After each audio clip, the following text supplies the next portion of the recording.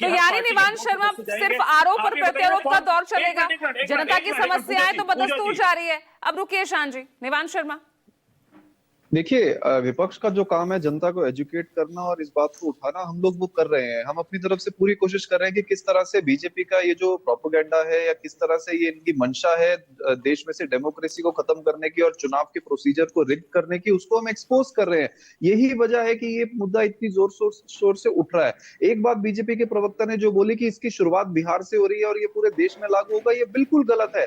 इसकी शुरुआत बैकडोर से दिल्ली में कर दी थी इन्होंने, जब दिल्ली में चोरी छुपे ये वोट काट के जीते हैं और इनकी चोरी पकड़ी गई, जब अरविंद केजरीवाल जी ने एक्सपोज कर दिया, तब ये बिहार में खुल के सामने आए हैं। अगर दिल्ली में इनको एक्सपोज नहीं किया होता तो ये बिहार में भी बैकडोर से ये काम करने की कोशिश करते हैं। इनके बीएलओ जो है, जो इनके पदाधिकारी हैं, वो वोट कटवा देते और बीजेपी वहां पे जीत जाती।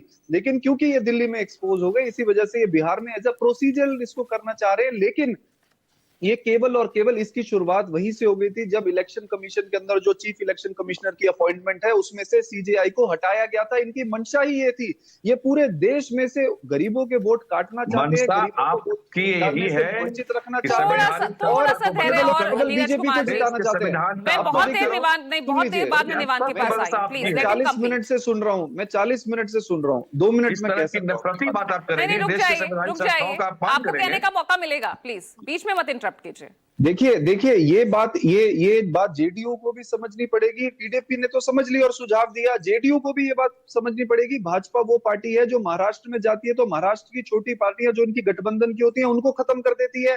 ये जहां जहां जाते हैं ये अपनी सहयोगी पार्टियों को खुद खा जाते हैं और अगला नंबर जेडीयू का है।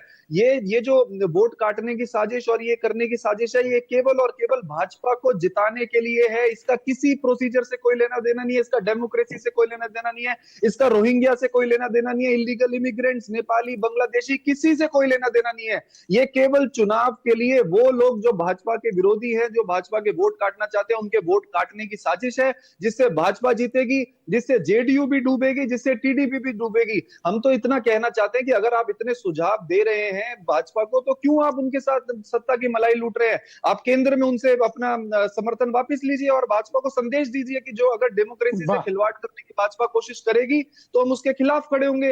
इनको खुल के सामने आना पड़ेगा। किस चीज का जेडीयू इंतजार कर रही है बिहार में? ये तो वैसे जैसे आप इंडिया गठबंधन तोड़कर अब अकेले मैदान में उतर गए निवांश शर्मा।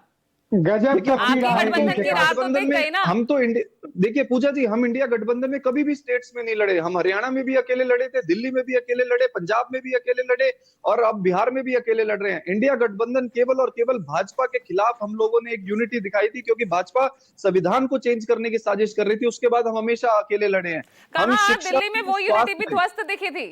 दिल्ली में भी वो यूनिटी नजर नहीं आई आपकी, तो चाहे लोकसभा चुनाव हो या विधानसभा चुनाव हो, एक दूसरे के अगेंस्ट यहाँ पर खड़े आते हैं, खड़े होते ये तो कांग्रेस, हैं। देखिए ये तो कांग्रेस और बीजेपी का ये जो फ्रेंडली मैच है, कांग्रेस बीजेपी को बचाती है, बीजेपी कांग्रेस को बचाती है, ये तो सबके सामने है। दिल्ली के अंदर भी कांग्रेस ने ये करने की कोशिश करी, जहां जहां बीजेपी फंसती है वहां कांग्रेस बीजेपी को बचाती है। उसकी ईशान त्यागी यहाँ पर भाई आपके अलाए तो आपसे संभल नहीं रहे हैं, दूसरों पर सवाल उठा रहे हैं आप।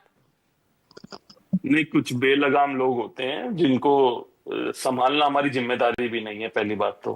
अब मैं देखिए, क्योंकि बिहार पे चर्चा, मैं दिल्ली पे नहीं जाऊंगा। दिल्ली में तो जो हुआ वो हुआ, सफाई हो गई झाड़ू की। यहाँ पर भी तो आपके अगेंस्ट उतर गए ना केजरीवाल। मैं बहुत, कोई बात नहीं, उतरने दीजिए, कोई उनका जनाधार नहीं है बिहार में। हरियाणा में किसकी सफाई हुई थी? देखिए, आप ये देखिए, हरियाणा में किसकी सफाई हुई थी? शर्मा जी, पंडित जी आपके बीच में नहीं बोला था। पूजा जी, देखिए सबसे महत्वपूर्ण बात ये उठाना चाहूंगा, जो बीएलओ इस समय काम कर रहे हैं वहां पर, वो प्राइमरी स्कूल के टीचर्स हैं बिहार में।